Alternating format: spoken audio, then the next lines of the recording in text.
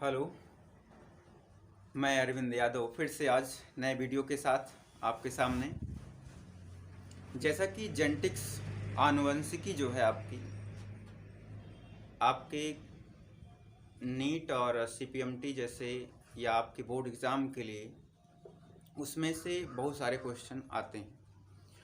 तो वहीं पर उस टॉपिक को लेकर के आज हम चर्चा करेंगे। कुछ जेनेटिक्स में मेंडल ने जो अपने शब्द उपयोग किए थे उस आनुवंशिकी में, उन शब्दों का अपना मतलब क्या होता, अपना अर्थ क्या होता, उसके बारे में आज हम आपको समझाएंगे, बताएंगे। जैसे कि आपके सामने नोटेड है मेंडल की आनुवंशिक शब्दावली, यानी जो इनकी जेनेटिकल टर्मिनोलॉजी है उसके बारे में हम लोग बात करेंगे। तो ये जो टर्मिनोलॉजी है, शब्दावली है, यानी कि मेंडल ने जो अपने एक्सपेरिमेंट में जो जो शब्द प्रयोग किए थे उसके बारे में बात करेंगे। जैसे आपके सामने दिख रहा होगा, जीन है, जीन स्थान है, जीनोम, संकरण, संकर, दृश्य रूप और जीन रूप। यानी कि जीन क्या होता है इसके बारे में जानेंगे, क्योंकि जब तक आप इन शब्द का मतलब नहीं समझेंगे तब तक आपको स्वाभाविक है कि मोनोहैबिट क्रॉस, डाईहैबिट क्रॉस, मेंडल के जो तीनों नियम हैं आपके सिलेबस में वो, और उसके बाद हम ये कहते हैं कि टेस्ट क्रॉस, बैक क्रॉस, लिंग निर्धारण, मतलब कोई भी टॉपिक आपको जब आप ये समझ पाएंगे तो आपको इसका मतलब 100% श्योर है, इस गारंटी के साथ आपको सारी बातें आगे चल करके समझ में आएंगी। तो आज की जो कहानी होगी, आज का जो मैटर होगा, वो इनकी जो टर्मिनोलॉजी हैं, जो शब्द हैं मेंडल द्वारा, उसके बारे में स्टडी करते हैं। जैसे हम बात करते हैं, आज आपके सामने पहला है जीन। तो जीन क्या होता है? जीन क्या होता है? एक आनुवंशिक पदार्थ होता है या आनुवंशिक पदार्थ होता है। अब आपको आनुवंशिक पदार्थ समझने का मतलब है कि आप क्रोमोसोम जानते हैं, गुणसूत्र। उस गुणसूत्र में क्या होता है? डीएनए होता है, पतला थ्रेड धागा होता है। उस धागे में क्या होता है? जीन होती हैं। तो वो जो जीन है, जीन का काम क्या है कि आनुवंशिक लक्षण को, मतलब एक जीन, सीधा बात करें, एक जीन जो है, एक जीन एक लक्षण को संतति में पहुंचाता है। मतलब हम ये कहते हैं एक जीन एक लक्षण को संतति में पहुंचाता है। तो वो जो है जीन, और इस जीन को मेंडल ने क्या कहा था? मेंडल ने इस जीन को फैक्टर नाम दिए थे, यानी कारक। तो ये भी पूछा जाता है कभी कभी, मेंडल ने अपने आनुवंशिकी में जीन को क्या बोला था? तो जीन को कारक वर्ड दिया था, मतलब मेंडल ने जीन नाम नहीं दिया था। तो मेंडल ने उसी जीन को, जब तक खोज नहीं हुई थी तब तक उसी जीन को इन्होंने कहा था कि कोई ऐसा कारक है जो पेरेंट्स से कैरेक्टर को लेके जा रहा है संतानों में। तो वो कारक कौन है? जीन है। और जैसे हम ह्यूमन बींग्स की बात कर लें तो मानव में अगर बात करते हैं कि जो नंबर ऑफ जीन हैं, यानी कि जो जीन की संख्या है, वो कह सकते हैं कि 20,000 से 25,000 तक जीन मानव में मिलते हैं। ये बात याद रखना है, ये मनुष्य की है। तो जीन क्या होता है? वे आनुवांशिक लक्षण की बात करते हैं हम लोग, आनुवांशिक कारक की बात करते हैं, जो एक लक्षण को संतानों में, एक जीन एक लक्षण को संतानों में भेजने का काम करता है, वो जीन है। तो अब आपके सामने दूसरा शब्द आता है, हम ये कहते हैं दूसरा शब्द है जीन स्थान। तो जीन स्थान क्या होता है? तो जीन स्थान का मतलब ये हो गया कि जीन गुणसूत्र के या डीएनए के जिस स्थान पर जो लोकस है उसका, उसे बोलते हैं हम लोग जीन स्थान। यानी कि जैसे हम दूसरा शब्द हमारे पास आया कि जीन स्थान क्या है, जीन स्थान किसे बोलेंगे?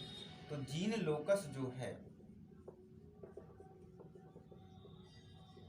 जीन लोकस, तो जैसे अगर हम एक नॉर्मल गुणसूत्र बनाएंगे, हम कहते हैं ये गुणसूत्र है इस तरह से, तो इसके अंदर क्या है? ये जेनेटिक मटेरियल, हम कहते हैं कि डीएनए है। ठीक है, ऐसे डीएनए है। अब मान लीजिए कि यहाँ पर हम कहते हैं एक जीन है यहाँ पर, वैसे तो जीन बहुत सारे हैं, 20 से 25 हज़ार हम कहते हैं। जैसे मटर की बात करते हैं तो यहाँ पर 14 क्रोमोसोम होते हैं मटर के पास। तो जब जीन की बात करते हैं तो जीन में जिस स्थान पर, यानी हम कहते हैं गुणसूत्र में, ये बात आएगी आपके सामने, ये गुणसूत्र है भाई। तो गुणसूत्र में जिस स्थान पर जीन स्थित होता है, जीन पाया जाता है, स्थित होता है, उसे क्या बोलेंगे हम लोग? उसे कहेंगे जीन स्थान या जीन लोकस।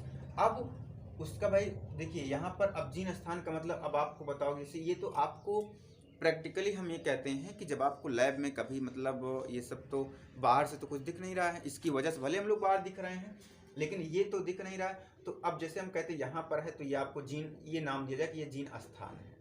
ये सैटेलाइट यहाँ पे होता है तो वो अपना एक स्पेस बनाता है, एक जगह बनाता है। उस जगह पर, यानी कि जहाँ पर गुणसूत्र में जिस स्थान पर जीन पाया जाएगा उसे जीन स्थान या जीन लोकस कहते हैं। ये बात आपको अच्छे से समझ में आनी चाहिए।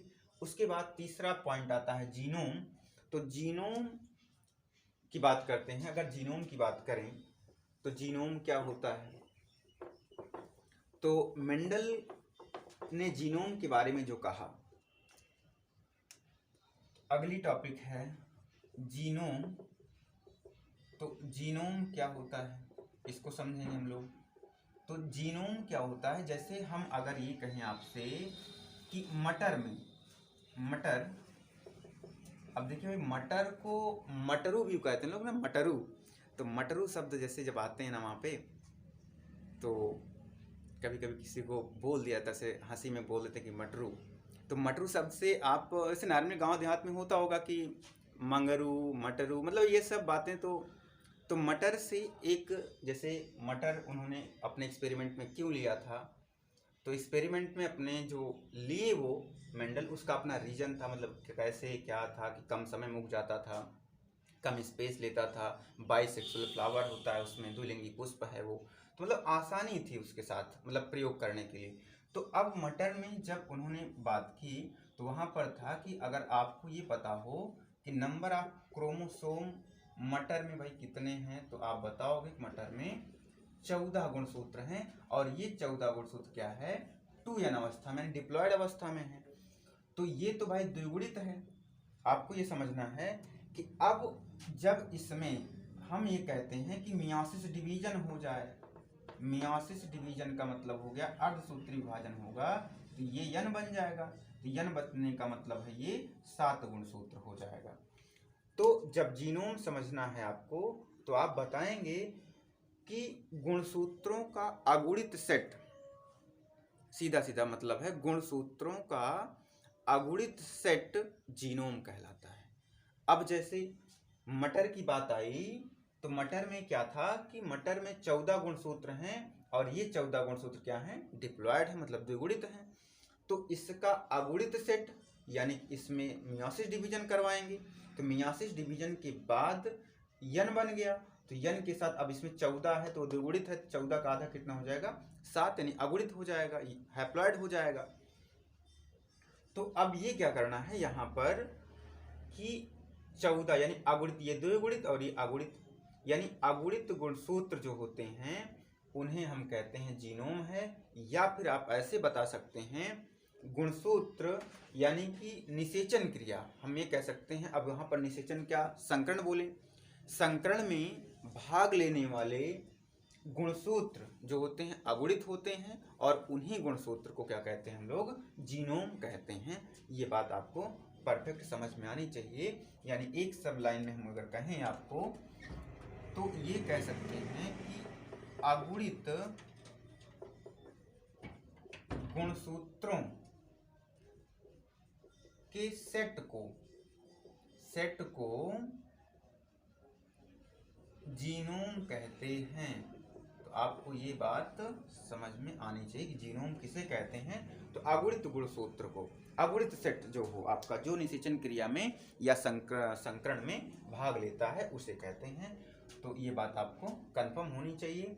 अब इसके बाद जो है नेक्स्ट टॉपिक है आपकी, तो बच्चा पार्टी थोड़ा सा ये देखेंगे कौन कौन हम लोग पढ़ लिए। आपने जीन पढ़ लिया, जीन स्थान पढ़ लिए, जीनोम पढ़ लिया। अब बारी आती है संकरण की। संकरण क्या होता है, यानी हाइब्रिडाइजेशन क्या है। अब ये संकरण एक प्रकार से, चाहे केमिस्ट्री में भी ये शब्द यूज होते हैं बच्चा, तो मतलब केमिस्ट्री में यूज होते हैं ठीक है, लेकिन जो मेंडल ने संकरण यूज किया है वो संकरण में क्या होता है, जैसे हम कहते हैं कि लैंगिक रूप से नर तथा मादा, लैंगिक रूप से नर तथा मादा जीवों के मिलने की प्रक्रिया है या संयुग्मन की प्रक्रिया को संकरण कहते हैं। यानी हम ये कहें कि जो जैसे मेंडल के एक्सपेरिमेंट में क्या लिया गया था बच्चा, कंपनी बोली तो मटर यूज हुआ था। तो मटर में आपको एग्जाम्पल के थ्रू हम समझाते हैं, बताते हैं थोड़ा सा आपको। मटर में एक इन्होंने क्या लिया था, एक हम कहते हैं कि एक टाल प्लांट है ठीक है ना, मतलब ये एक लंबा पौधा और ये एक बौना पौधा हो गया। मतलब इस देखिए यहाँ पर ये डार्क हो गया, ये लंबा हो गया। तो अब ये कहते हैं कि ये दोनों आपस में मिलें, यानी कि हम ये कहते हैं कि ये जो आपका लंबा पौधा है और ये बौना पौधा है, ऐसे मतलब डीएनए मत समझिएगा इसको, मत समझिए कि प्लांट है मटर का ठीक है ना। तो ये दोनों आपस में केवल मिले हैं। मिलने का मतलब ये है कि लैंगिक रूप से, अब लैंगिक जनन अगर बात होती है तो उसमें क्या होता है, नर तथा मादा अलग अलग होते हैं, तो दोनों के गैमेट एक साथ मिलते हैं। तो वहीं पर क्या है कि नर तथा मादा पौधों के मिलने की जो प्रक्रिया है, संयुग्मन की जो प्रक्रिया है, उसे संकरण कहते हैं। अब जैसे यहाँ पर अगर हम ये कहते हैं, जैसे मान लीजिए कि ये एक मानव से आपको लेकर समझाते हैं, ये स्पर्म है और ये ओवम है ठीक है ना। ये तो दोनों आपस में आए ऐसे, यहाँ पर ये अंडाणु था और ये जो है आपका, हम ये कहते हैं कि ये शुक्राणु है। तो अब ये दोनों जो है, मतलब इतनी प्रक्रिया क्या है, इतनी प्रक्रिया को हम लोग संकरण बोलेंगे। इतनी प्रक्रिया मतलब कि दोनों लोग का जो न्यूक्लियस है वो एक साथ फ्यूज नहीं हुआ। इस बात पर थोड़ा ध्यान देंगे इसमें क्या है कि दोनों का न्यूक्लियस फ्यूज नहीं हुआ, मतलब केंद्रक जो है, इनका केंद्रक ये है, इसका केंद्रक ये है, अभी केवल टच किए हैं, एक दूसरे को टच किए हैं। तो यहाँ पर भी वही क्या है, एक दूसरे के संपर्क में आ गए, तब इसको बोल दिया गया संकरण है। तो ये चीज है संकरण यहाँ पर ठीक है ना, इसे बोलते हैं संकरण। यानी हम ये कह सकते हैं लैंगिक रूप से नर तथा मादा, तो लैंगिक रूप से क्या होगा, नर तथा मादा जीवों के मिलने की क्रिया को संकरण कहते हैं ठीक है ना। तो ये बात आपको यहाँ से स्पष्ट समझ में है कि ये संकरण है। बट जब ये दोनों न्यूक्लियस आपस में फ्यूज होकर के जायगोट बना लेंगे तो वहाँ पर हम कहेंगे कि ये निषेचन हो गया, मतलब दोनों के जो न्यूक्लियस है ना वो आपस में फ्यूज कर गए, मिल गए, तो वो चीज़ क्या हो जाएगा, जायगोट बन जाएगा और उसे क्या बोलेंगे, फर्टिलाइजेशन ठीक है। आते हैं अगली टॉपिक हमारी है, अगली टॉपिक है हम बात करेंगे संकर की। ये भी पढ़ लिया हम लोग, संकर की बात करते हैं, हाइब्रिड। तो संकर में क्या होगा, यहाँ पर संकर यानी हाइब्रिड क्या होता है। अब देखिए हाइब्रिड में क्या होगा, अब सीधा सीधा आपको लिखना है कि संकरण के दौरान, संकरण के उपरांत बनी संतति जो है, संकरण के उपरांत बनी संतति संकर संतति कहलाती है। संकर संतति या संकर कहलाती है, संकर संतति कहलाती है। अब आपको ये बात समझना है कि जैसे हम ये कहें संकर, क्योंकि देखिए यहाँ पर नर और मादा, जब नर और मादा आपस में मिले तब इसे बोला गया संकरण। अब संकरण में, इन संकरण के दौरान दोनों कोशिकाएं जब आपस में गैमेट मिलेंगे तो एक, क्योंकि देखो इस गैमेट में जो जीव बनेगा ये जायगोट के रूप में, इनमें नर का भी कैरेक्टर होगा और मादा का भी लक्षण होगा, क्योंकि दोनों ओर से कुछ ना कुछ आ रहा है यहाँ पर। तो अब ये जो बनी है ना, ये संकर है। संकर का मतलब मिश्रित, मतलब दो विपरीत जीवों के संयुग्मन से बनने वाला जो जीव होता है उसे संकर कहते हैं या संकर संतति कहते हैं। ये बात आपको कंफर्म है, ठीक है, और कंफर्म हो जाएगी, बिल्कुल नहीं है तो वो होगी। तो दूसरी टॉपिक है, तो संकर हमारा फिनिश हुआ। अगली बात आती है, जो अगली टॉपिक हमारी वो है दृश्य रूप, ठीक है ना। दृश्य रूप यानी कि फिनोटाइप, ठीक है ना। फिनोटाइप क्या होता है? अब फिनोटाइप में अगला है दृश्य रूप, ठीक है ना। दृश्य रूप यानी किसको बोलते हैं हम लोग? फिनोटाइप।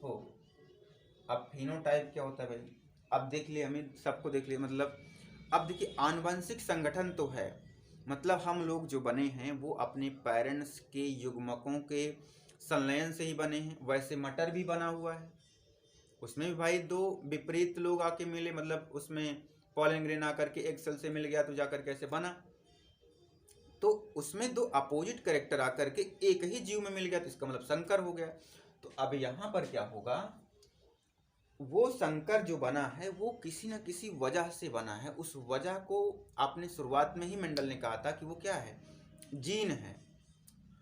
तो मतलब हम ये कह सकते हैं आनुवंशिक संगठन से बनी संतति जो बाहर आपको दिखता है, जैसे हम ही दिख रहे हैं आपको बाहर से, मतलब जो बाहर का स्ट्रक्चर हम लोग की मार्फोलॉजी, आपको कोई भी जीव, कुत्ता, बिल्ली, प्लांट, जो भी हो, आपको जो बाहर से नजर आ रहा है ना, उसी को बोलते हैं हम लोग दृश्य रूप। जो दिखने में, मतलब देखने वाला जो रूप है वो दृश्य रूप है, भले ही वो जीन से बना हो। मतलब हम कह सकते हैं इसे इसलिए बोला गया आनुवंशिक लक्षण या आनुवंशिक संगठन से बना हुआ जो बाहर से आपको अपनी आंखों से दिखाई देता है उसी को बोलते हैं दृश्य रूप। यानी आनुवंशिक संगठन, हम ये कह सकते हैं आनुवंशिक संगठन से बना जो बाहर से अपनी आंखों से दिखाई देते हैं, आंखों से दिखाई देता है, दिखाई दे, उसे क्या बोलते हैं? दृश्य रूप। अब भले ही ये जीन की वजह से दिख रहा है ना, तो अब आपको ये बात कंफर्म हो गई दृश्य रूप क्या होता है? जो बाहर से कोई भी जीव आपको जो जैसे नजर आता है वो उसका फिनोटाइप है, क्योंकि बाहर वो नजर आ रहा है। अगली टॉपिक हमारी है जीन रूप यानी जीनोटाइप, ठीक है ना। जीनोटाइप में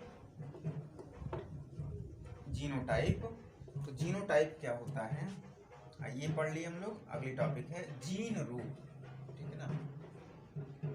जीनोटाइप,